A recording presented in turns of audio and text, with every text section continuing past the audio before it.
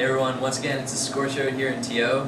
However, dedicated Incubus fans have come down to the Molson Amphitheatre and they're going to brave the heat and just rock out. But these lucky fans are, well, lucky enough to be welcomed by the new up-and-comers here, Simon Dawes. So could you guys quickly introduce yourselves and tell us what you do in the band?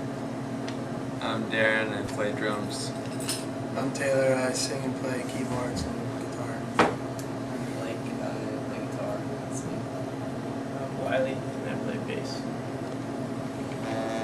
Awesome. I put it on right answer. You don't play bass. It's not me. No, that's not you. It's not me. Awesome. Okay, well, first off, like I said, you guys are currently on tour with Incubus, which of course is a very popular and widely known band. How's the tour going, and how does it feel to be opening for such a huge act? The tour's going really well. So far everything's like, just show up. The weather's pretty hot everywhere around and down in the States and up here and stuff like that. But other than that, it's like, everybody's real friendly and in the audience and stuff and on the crew, and the shows have been going well, and it's just you kind of like get into tour mode or whatnot, and get used to a certain routine. But then on a tour like this, there's so many like different, you show up and there's like food at the venue that's actually like better than decent. And, there's like a backstage room with waters and subway. It's just like nice. It makes it much easier. Here we got what was it called? Flarp. Flarp. Oh yeah. Fart. Yeah. When we got into Canada, we haven't had this in other venues, but in Canada, they decided to give us a bunch of flags and toys and pins. And so we've been having a good time. We had paddleball. That broke a while ago. But they also gave us FARP and a balloon guitar. Mm-hmm. So someone deflated it, I guess. But yeah, there's a lot of cool toys here, along with an amazing venue. I guess it's not really what we're known for, but it helps. So all the bands are getting along great? Yeah. We a lot of the nights Mike from Incubus has come up and played guitar on one of our songs, and we'll go up, Blake and I'll go up and play a song with them during their set. And it's also, we've been playing music and talking a lot, just being friends out here. It's been really great. I've actually noticed there's been more camaraderie on this tour between bands than any tour I've ever been on. So I've really appreciated that aspect of it. Okay, well, has anything interesting happened yet on the road, or any wild tour stories? I staged dove last night, first time. Stage Stage divin. In Cleveland, Ohio, where the Rock and Roll Hall of Fame is, and it was pretty epic. It was kind of yeah. It's like I had to clear this kind of, there's a barricade between the audience and in front of the stage and whatnot. It was unusually large last night, so I kind of had a bit of a jump, but that's gonna go down in my books. It's like top tour moments. Yeah, there've been some crazy areas. Like we were in Kansas City, the crowd got so riled up that we were like people being thrown around and people walking back with blood all over them, or just it was pretty wild. People couldn't even walk. And there've been other places that have been really wild like that as well. Okay, well, I don't know. As long as you're not breaking anybody's necks, I guess it's cool. Oh yeah, no, yeah. We I mean, maybe our music doesn't necessarily inspire that sort of nature in people, but at the same time, we definitely encourage that primal or animal tendency that these wild people tend to have. Yeah, your sound's kind of mellow, so I wouldn't really expect to stage that. Well, that's the thing. Well, I didn't do it during our set. I did it during when we were playing a song with Incubus, and after that, everybody, like Incubus fans watching Incubus, it's like it defies all rules of like mellow energy, or like we were playing Stand By Me, the cover. Okay. Stand By Me, and I stage dove, Stoge Dave. After that, and they were still, they caught me, so I'm here. Says something. took a couple of little girls out with your Yeah, I had some boots on that probably left an imprint on some poor girl's forehead, but yeah, I mean, it's rock and roll. That's a souvenir. You can't buy that kind of shit. Yeah. Well, you can buy the hospital bill. Yeah. I'll buy it. I'll buy it. I'll buy that. You should try that up here. Healthcare is free, so. I know, man. Watching that movie, Tonight would have been. we watched that Michael Moore movie, and it's pretty wild.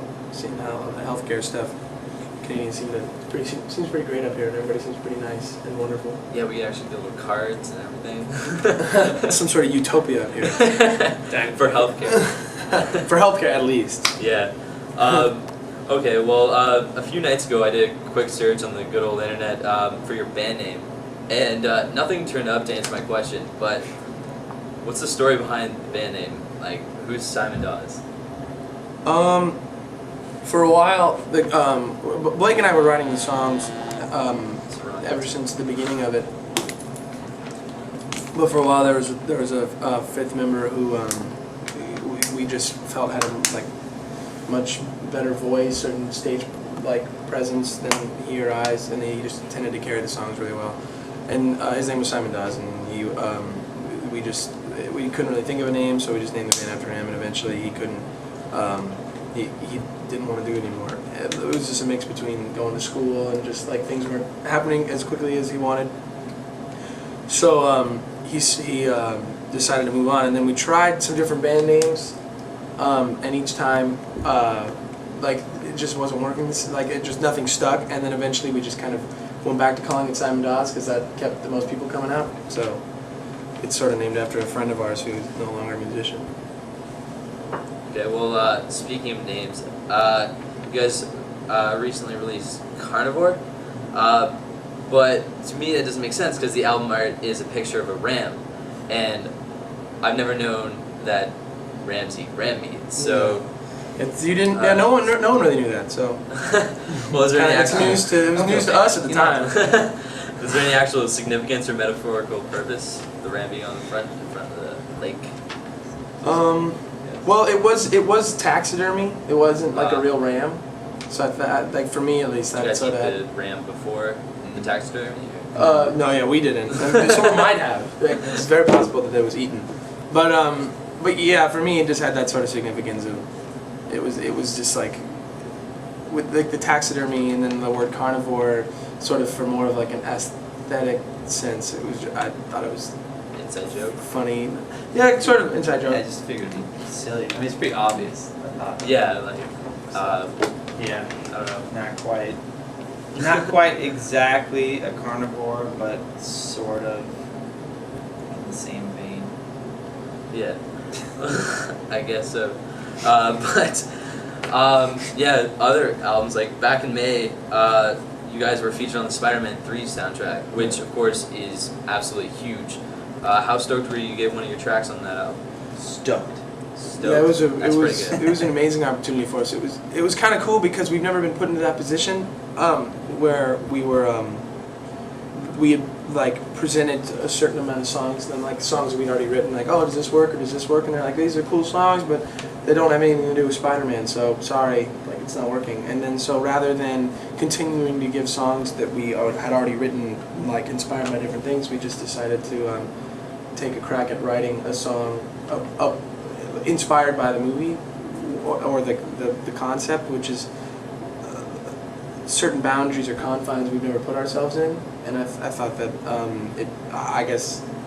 it turned out to be successful for us because we ended up getting a nice opportunity like that. Yeah, well, is there any plans for a new album? Yeah, hopefully when we get back home we'll start getting to work.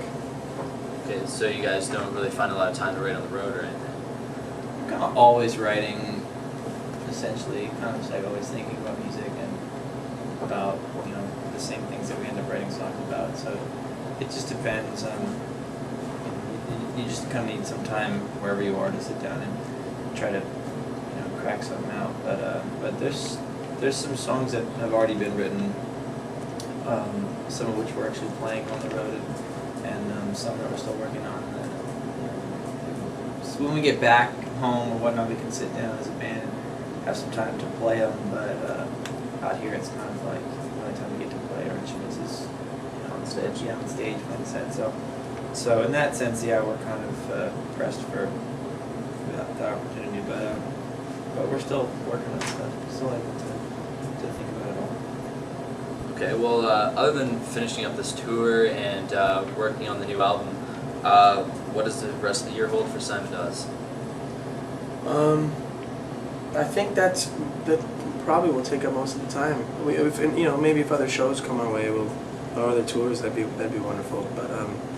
But otherwise, once we get home, it'll be A lot of crocodile hunting. It'll be early September, and so we'll start hopefully having a record finished by the new year.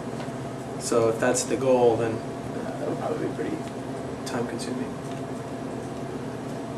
Okay, well, thanks for the interview, guys, and to everyone out there, check out them. They are just mad chill. I'm gonna go enjoy some wicked tunes.